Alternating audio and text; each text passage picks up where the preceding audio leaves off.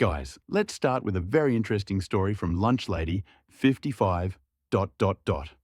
If you think you can find another job in this economy, go ahead and try. Challenge accepted. I've read a lot of people having issues with jobs, with everything that's going on, and it reminds me of an act of malicious compliance that I perpetrated back in the last economic crisis of '08 to '09. I worked for a large online website in what we call the operations center. Large websites have many servers, not only in number but in type. A problem is sometimes simple, like this server, really just a computer, is broken. But sometimes it's complicated. A dozen small problems have happened throughout the system, normally not an issue on their own, but together have become this perfect storm that the whole website and takes it down. These problems are complicated, and often the individual developers are not familiar enough with the system as a whole to figure it out quickly. This is where the operations center is tasked with monitoring the system as a whole and connecting the dots on these larger problems. Different companies may use many names like Service Operations Center /SOC, Network Operations Center /NOC, etc. But every large website has this sort of group that acts as the custodian of the interdependent connections of the individual servers. It can take a year to a year and a half of learning how a website works before you're even useful during an outage, and many years before you're an expert and have the confidence to lead a shift. We ran 24/7, 365, all from one office in a major city. One half the people were on 4 10-hour shifts, others were on 3 to 12.5-hour shifts, with 5 extra hours every other week to make 80 hours every 2 weeks, covering the whole week with no on-call, as we were staffed 24/7 by 365. No need to call anyone at home, there was always someone at the office. I had been there for years and was damn good at my job. I had done several years on third shift and was ready to be done with staying up all night and basically being a zombie on my time off. It's tough to switch from being awake all night to being awake all day, twice a week. So a new manager, let's call him Kyle, was hired and decided that he didn't like the fact we were only getting on sleep. He wanted to us just a little harder and dry. So he pulls me into a meeting room one evening when basically everyone except my 2 team members had gone home, slides this paper over to me, and starts telling me that the shifts have to be changed, and everyone has to work 5 days a week. And on top of that, now shift leaders have to be on call during the time period of their shift on their days off. Something about understanding common issues that happen during that time of day. On top of this, they were going to expect us to also do some kind of vaguely defined project work while we were on shift or something, which, with our workload, was absolutely ridiculous to expect. We weren't JS or Java developers anyway, which was what the site ran on, so it was asinine to expect us to work on the web application in our spare time. We were ops, and while some of us were good at scripting, this was just a terrible decision. There were already teams there that handled monitoring and build tooling for us to use. The turd cherry on top of this sandwich was that he was moving me back to third shift, and I'd be working Wednesday, Sunday, no weekend, and on call at night during my 2 days off. After all this was laid out to me, I looked at him and said, we'd be working every day of the year, no time to unplug or get away from work. I don't know why anyone would accept this plan as it's laid out. He responded with a smug grin on his face that I will never forget. Well, if you think you can find another job in this economy, you're welcome to try. I literally, not literally as figuratively, but actually literally, had to bite my tongue hard enough to bleed to stop myself from saying "challenge accepted" out loud. Instead, I slid the paper back at him and walked out of the meeting room without another word. The thing is that good sysadmins are tough to hire. We're loyal, we have excellent problem-solving skills, and we enjoy a challenge. So I kept my mouth shut, started working overnights, and meanwhile contacted everyone I knew about the predicament I was in. I got Kyle to pay for a certification that I'd always wanted. And meanwhile, I was complying with all the maliciousness I could come up with. I landed an interview with someone who'd managed our group right when I'd been hired. I showed them how I'd kept growing as a professional, getting certifications and regular promotions. I let slip that the only 2 days I'd be available for the interview were Mondays and Tuesdays because, well, they'd changed the schedule, and I'd have to keep my phone on as I'd be on call those 2 days. This led them to ask more questions about the changes there, and I have to admit, I wasn't at all averse to telling them how this new manager was changing things. I could absolutely see the disbelief on their face and enjoyed every, "What? That's not how you run things." This old manager was sympathetic, and so I had another job offer in hand within a month of the changes. I left a 2-week notice on Kyle's desk that said, "Despite the slightly stagnant economy, I have been offered another position. Effective in 2 weeks, I will no longer be able to continue my employment with company." The little told me not to come back after 1 week. Didn't even try to schedule any knowledge transfer meetings where we share what we know when we leave, a common thing with technical employees. Cut off your nose to spite your face, I guess. Now he didn't have anyone to cover for that third shift with any experience for months. Mistakes were made. Website problems were way up on his watch, which was tracked by another team. He had no one else to blame but himself. He did tell me I was welcome to try. Epilogue. I was always getting stories from the people who were left about dumb that he said in large meetings, but eventually he crossed HR. He said something mildly inappropriate in a meeting, and someone went to HR and complained. He then went all in on his stupidity and, you not hear, God's honest truth, pulled that person into a meeting room alone and demanded to know why they went to HR. He told them stuff like, "You come to me first if you have a problem with me," and "We don't go above other people's heads around here." The person was shaken, and the other people in the operations center advised that they go straight back to HR with it. HR wasn't ready to believe it and clandestinely called others to corroborate. Not only did they say it was totally true, but they all felt free to discuss even more inappropriate behavior they'd seen. Kyle was escorted out with nothing but a box of his belongings that day. Do not pass go. Do not collect unemployment. I don't know what happened to Kyle after that, but that was a bridge I was happy to burn and dance and sing while it crumbled to ashes. And don't give up hope. This too shall pass. Businesses know this and will still be hiring for the long term. It will be tough, but you can do this. Do it. Interview, on video conferences of course. Talk to old co-workers and managers. There are opportunities even in times of crisis. Look for them. You miss 100% of the shots you don't take. Wayne Gretzky, Michael Scott. TL, Dieter. Manager f***ed everyone during 08 to 09 financial crisis and says, "If you think you can get a job in this economy, you're welcome to try." I try. I do. I quit. You're so obsessed with how I dress that you're going to involve HR? All right, let's get a supervisor involved and see how that goes for you. The malicious compliance was masterclass, executed perfectly. OP played the long game, leveraged company resources for certifications, found a better job, and left Kyle to crash and burn. The HR downfall was poetic justice. The next story from You Messed Up 12. New boss destroys everything for everyone. Buckle up, this is a long one. Obligatory on mobile, English is my first language, so all typos are my fault. No TLDR because that. I spent the time to write all this out so you can read it or move on. I worked for this tech company for almost 7 years. It was my first job out of college. Great company, huge growth, great benefits, and most importantly, an incredible boss. The boss was super helpful and responsive, always had the team's back, goes out of his way to not micromanage, didn't care as long as the work got done, borderline forced people to take PTO, we have unlimited, and I averaged 30 to 40 days off a year, and believed in giving good workers big raises and promotions. Last 3 years, I got 9%, 13%, and a promotion, and 7% raises. We worked remote through COVID, and I asked to change my contract to fully remote so I could leave the HCOL city where the office was based to go back to my hometown. Boss approved the change, and when HR tried to do a COL adjustment to my salary, Boss told them no because I'll be doing the same work in my new location.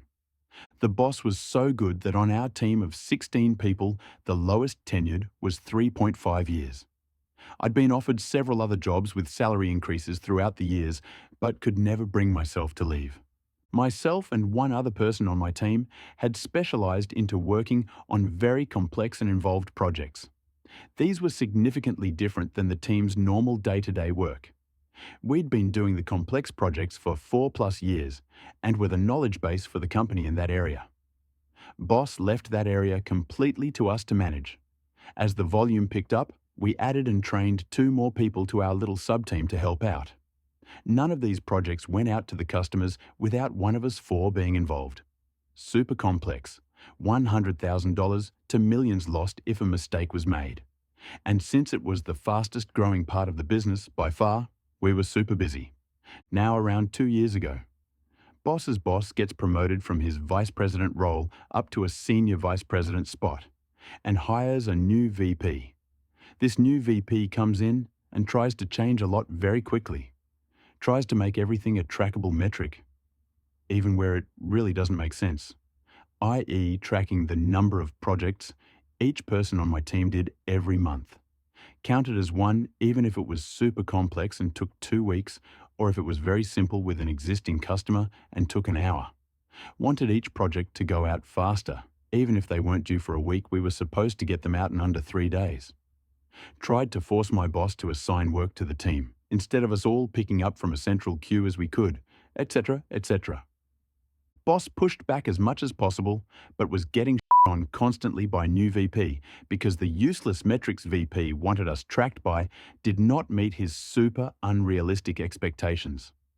Despite my boss's team being the most experienced and efficient in the company and doing significantly more volume and more complex work than any other team.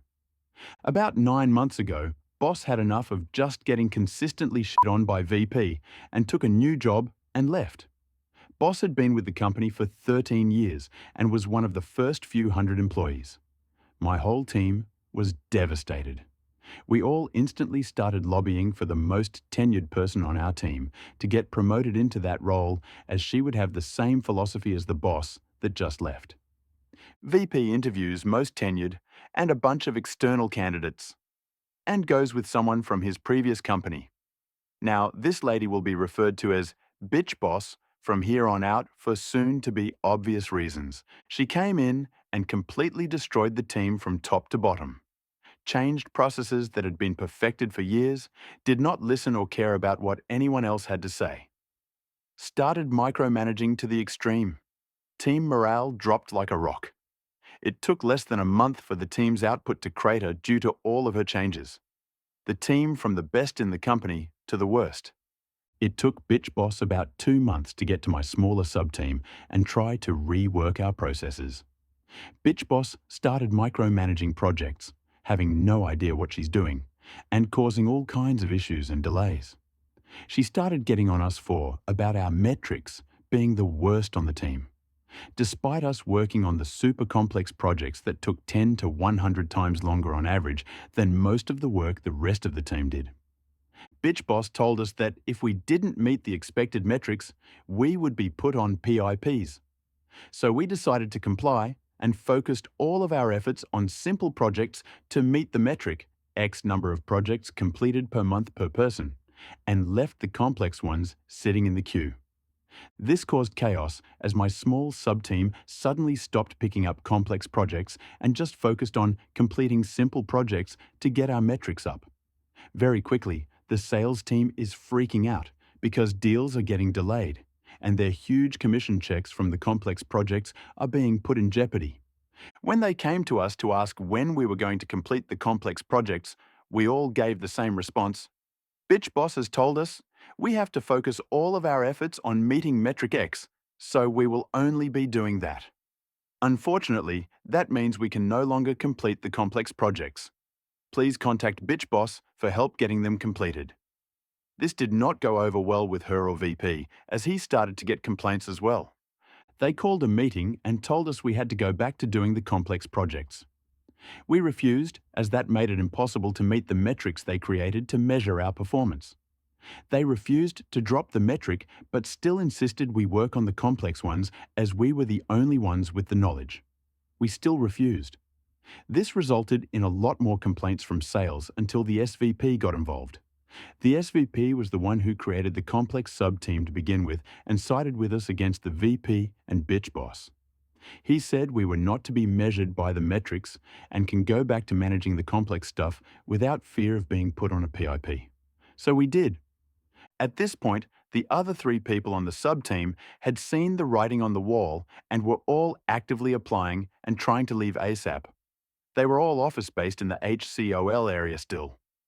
Bitch Boss changed the team from come in 1 to 2 days a week as needed to mandatory 3 days in the office. Most company policy would let her. So they got a lot more of her BS than I did remote. I had not been applying because I was distracted. My old boss had approved 2 weeks of vacation for my wedding honeymoon before he left. This happened to occur about 3 months after Bitch Boss started, and about a month after the whole PIP blow-up. Bitch Boss was pissed at how we showed her up in front of the SVP and was doing everything she could to make our life miserable. In that month, the other super experienced guy and my best friend on the sub-team got a new job and left, no notice. And one of the other guys on the sub-team has put in his notice and only had a week left. We were already slammed and still behind from the PIP fiasco, so losing half the sub-team just made that worse. Plus, with morale so low, we didn't bother to put in any extra effort anymore. In fact, the whole team was significantly behind as 6 of the 16 people had left or were on their notice periods at that point. So, Bitch Boss decided that she was cancelling my already approved wedding leave because of how far the team was behind. She told me over Zoom. I told her there was no chance I'm missing my wedding and honeymoon for work, and I'm taking the full leave, and it's up to her if she wants to lose another person from the sub-team for 2 weeks or permanently. She beezed, yelled, and threatened until I just left the Zoom call. She followed up with an email officially notifying me my leave was cancelled, and if I didn't show up, it would be considered job abandonment. I called her bluff and replied, Sing VP and SVP, and some other sales VPs who I worked with regularly, explaining the situation, it's my wedding honeymoon, and that I appreciated the opportunity but was quitting immediately with no notice due to the disrespect from Bitch Boss. I got Slack messages from SVP and several of the sales VPs almost immediately asking me not to quit. The email chain itself blew up with complaints about how my team was mismanaged by Bitch Boss and how now more complex deals were going to get lost because I wouldn't be there at all to work on them, etc. SVP eventually shut it down, but it was a fun read. I didn't reply to the Slack messages or do any work the rest of that day. Just turned everything off and went to a bar and had a good time. I woke up the next day late in the morning and, very hungover, to a few voicemails on my phone from SVP asking me to call him. I called back in the early afternoon and talked to the SVP. He was very understanding, asked me to come back, listened to all my complaints and eventually made an offer. Basically, if I came back and worked the rest of the week and tried to train a few team members to work on complex stuff to cover while I was gone, he would give me a $3,000 wedding bonus, I would get my full PTO, and when I got back, Bitch Boss would leave me alone and let me manage the complex stuff and pick 2 more people to permanently train back onto the sub-team to backfill what we had lost. I accepted. Weddings are expensive. So I tried to train people to cover for me, impossible task, then leave on my PTO. I had a great wedding and honeymoon. VP called me a few times when the 4th guy from my sub-team quit with no notice about 1.5 weeks in. But I ignored him and didn't respond. I come back refreshed and ready for the show I know is waiting. It was chaos. All the salespeople were slacking and emailing me about all the complex things they needed done 2 weeks ago. The people I quickly trained before leaving hadn't been able to do almost anything. There was a huge backlog for the entire team as half of the original 16-person team was gone at this point. I turned off my Slack and emailed the sales VPs directly asking them to give me a prioritized list of all the complex deals they needed done. Got the list and started working through it in my normal working hours. Nothing more. Bitch boss never tried to talk to me or interfere. VP did a few times. At one point, he tried to make me work weekends to catch up. I refused. This went on for about a month or so. Bitch boss never mentioned me training people to replace my sub-team, and I never brought it up. They did, however, have the larger team try some of the smaller complex projects to help get them out. They also hired some new people for the larger team. The normal 4 to 6 month training process my old boss developed was ignored, and the new hires were just thrown in the deep end, which resulted in new hires making mistakes that cost the company a lot of money. This brought us to annual bonus and raise time. I had started frantically job hunting as soon as I got back from the honeymoon. I got some interviews, was in same later stages, but no offers yet. I had a Zoom meeting invite from Bitch Boss to go over my bonus/raise. She decided it would be a great idea to give me 80% of my expected bonus, lowest possible, and a 0% raise. Justified it with a bunch of BS, not a team player, metrics bad, blaming me for mistakes made by new hires, etc., etc. I didn't really argue or care at that point. At that point, I really quiet quit, cut my daily output to below half, just did the bare minimum, and waited for the bonus to come in with my next paycheck 2 weeks later. At this point, the sales team is getting pissed because the complex stuff basically isn't getting done. I had almost caught up on the important ones before the raise bonus, but with me barely working, everything was falling behind again. Bitch Boss smelled weakness and showed up on one of the progress calls I had with sales. The project was running about 1.5 weeks behind at that point. She started chewing me out on the call in front of everyone, saying I was lazy and not doing my job ect. I let her rant, then just said, if you give me the lowest bonus possible and a 0% raise, you get 0% effort in return. You can complete this project since I'm so terrible at my job, and left the call. She tried a few more times on email chains ECT to call me out for not working, and I just replied with the same thing. I refused to join her Zoom calls or respond to her on Slack, and just responded with the 0% effort blurb on every email. This infuriated her. I still hadn't gotten another job offer, but was really confident I was about to get one soon. So when VP set up a Zoom call with me, I joined. He tried to play nice and ask what the problems were and pretended to be on my side. I told him for a 0% raise, I'm giving 0% effort, and he pretended like he had no idea how I ended up with that raise bonus. He has to approve the bonus raise amounts. I called him out on his BS and told him he gets what he pays for. He then threatened to fire me if I didn't go back my old level of output, and said the people I had been training in complex projects could take over for me soon, so I wasn't as necessary as I thought. I laughed and asked him what he was talking about. I hadn't been training anyone. He went quiet and muted. He was clearly messaging Bitch Boss asking about the training, because he unmuted a few minutes later and changed his entire attitude. Agreed it was awful of Bitch Boss to do that to my bonus to raise, and asked what he could do to make it right. I didn't care at that point and knew he needed me more than I needed him. So I told him I need a 25% raise and 150% of the bonus on that new salary, or I was quitting immediately.